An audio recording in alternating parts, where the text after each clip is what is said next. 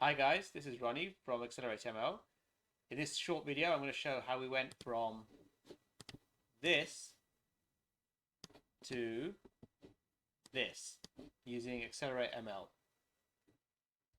The first thing I'm going to do is try and get these dates in a consistent format. They seem to have percentages and dots in them, and I'd rather have just a colon in them instead. So we can quickly use regex replace, take the array, explain that a date is a number followed by a symbol followed by anything, ideally more numbers, and we're going to replace the thing in brackets with a semicolon. There you go. Next we want to do is join that with the year, time, and seconds. So we can actually show how to do a concatenation of ranges by saying let's join this range with this range. And what do we get? Oh, yes, we want to make this horizontal. Now what we want to do is make this into a single cell. So let's use our join function to put this all together. Take that and join it with a colon again. There you go. That's still not an acceptable date for the purposes of Excel. So let's make this a little bit better. Parse these date times. We take this column of data and we can express this as, well, I know this is a day, month, year format. So let's do day, month, year, followed by a T, which means nothing in this case, and an hour, minute, second, followed by an S. There you go. And that has the custom format, which is a date followed by a time, and this you can see maps to the exact dates that we had. So now let's try and bring this table, this set of date times, which is we can label as date time,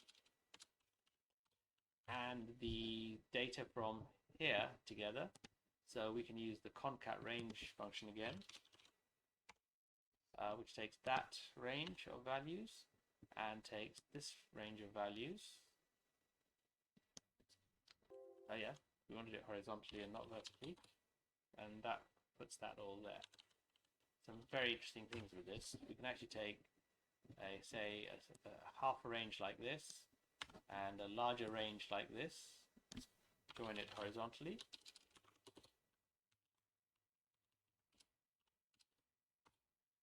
or join it vertically like this. And that could be very, very useful when you want to have disjoint ranges joined together. Let's get the titles of our columns there. Now what we would like to do is take that information and join it with our industry to find out where these guys work. So let's do Excel inner join. You can also do outer join as well. Let's take the two tables. So this has got quite a few columns to do. So we only want this. We would like to show the first set of columns from table 1, only these columns from table 1, and we'll have to join on ID and join with this table.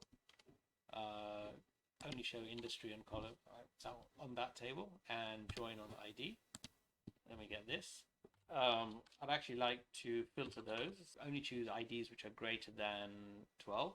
So let's take this. Let's use the thing again, column ID and greater than 12. What I'd then like to do is, I've become a bit more specific, and I'd actually like to see from those where the set of users have a name where the third character is an S.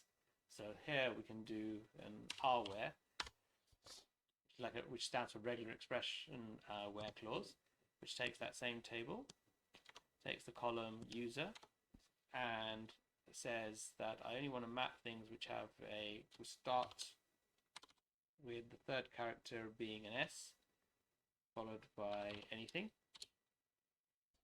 go. What I'd like to do is melt this, which is like an unpivot, which takes a table,